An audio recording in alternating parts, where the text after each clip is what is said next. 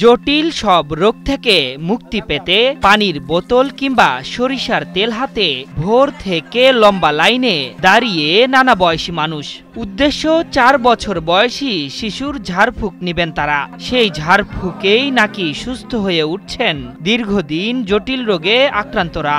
তবে এটিকে কেউ বলছেন অলৌকিক, কেউ বা বলছেন অদ্ভুত গল্পের ফাঁদ। তেল ভরা দে, পানি ভরা দে, যে রোগের কথা মাইনে আহে ওকে কথা তেল ভরা পানি ভরা দিলে রোগটা বলে ভালো। তেলের বিষ বেদনা ভালো হয়, এই কারণে তেল নিয়ে আসি আর পানি ভরা নিয়ে আসি, দিলে ভালো হয়ে যায়। ক্যান্সার থেকে প্যারালাইসিস সব রোগ ভালো হচ্ছে 4 বছর বয়সী লাবিব নামের এক শিশুর কেরামতিতে। এমন খবর ছড়িয়ে পড়তেই শিশুটির বাড়ির সামনে রীতিমতো হুমড়ি খেয়ে পড়ছেন গ্রামীণ অঞ্চলের সাদামাটা মনের মানুষগুলো। মেলা ডাক্তারও দেখেছি, করবে তো দেখেছি, কোনো সুস্থ হয় না। এর কাছে আসছি, দেখে নেই বাবুর রসুল্লে আল্লাহ কি করে। যে কাজী বাড়ি হয় বরবেটাও ভালো হয়েছে, আগে নাটি ঠিয়ে দিয়ে আটতো, নাটি টুটি ঠিয়ে লাগে না, সেই অনেক সুস্থ হয়, বাজারও যাইতে পারে হাইডি। প্রতিদিন ভোর থেকে সকাল 10টা এবং বিকেল 5টা থেকে 2 ঘন্টা 2 ধাপে চলে এই ঝাড়ফুঁকের কার্যক্রম। রোগী ও তাদের স্বজনরা জানান, এই শিশু কবিরাজের পানি পান ও তেল পরা মেখে বাত ব্যথা, হাঁপানি, ক্যান্সার, প্যারালাইস সহ বিভিন্ন জটিল ও কঠিন রোগ থেকে মুক্তি মিলছে। ক্যান্সার, প্যারালাইসিস, যে কোনো রোগ সব রোগী আল্লাহ না করে আল্লাহ মাফ করে ফুলার দ্বারা। শেরপুর থেকে আইসি, এই বাচ্চাটা কলা ভরা, পানি ভরা, তেল ভরা দেয়।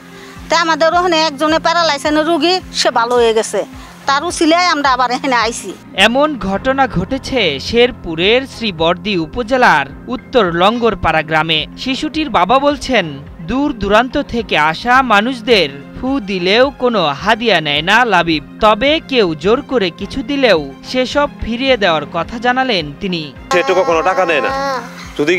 যদি কেউ অনেক জোর জুলুম করে পকেটে টাকা দিয়ে চলেও গেছে, দেখা যায় মসজিদ পর্যন্ত সে নিজে যায় দিয়ে আসছে, হ্যাঁ, সে টাকা একটা পকেটে পর্যন্ত সে গ্রহণ করে না। এখানে ঝাড়ফুঁক নিতে আসলেও অনেকেই বলছেন এসবের কোনো ভিত্তি নেই, এটা নিছকই গুজব ছাড়া কিছু নয়। তবু সৃষ্টিকর্তা চাইলেই অনেক কিছুই সম্ভব। ইসলাম আসলে অলৌকিক কিছু ওরকম সমর্থন করে না, কারণ বাচ্চারা এখন কিন্তু এরকম বয়সে না। এখন মানুষের ভালো বলছে, এই জন্য আমি ভালো মন্দের বিষয়ে মন্তব্য করতে পারি না, কারণ আল্লাহ তাআলা দিতেও পারে। চিকিৎসা বিজ্ঞানে ঝাড়ফুঁকের কোনো ভিত্তি নেই। এসব বিষয়ে প্রয়োজনীয় ব্যবস্থা নেওয়ার কথা জানান উপজেলা স্বাস্থ্য ও পরিবার পরিকল্পনা কর্মকর্তা। মেডিকেল সায়েন্সে আসলে এই ঝাড়ফুঁকের কোনো ভিত্তি নেই।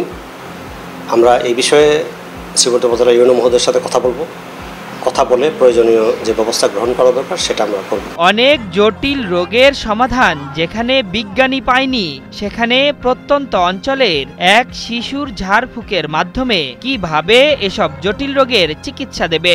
এ ধরনের গুজব বা সস্তা গল্পের ফাঁদ থেকে সবাইকে সতর্ক থাকার আহ্বান সচেতন নাগরিকদের। আশরাফুল ইসলাম, ৭১।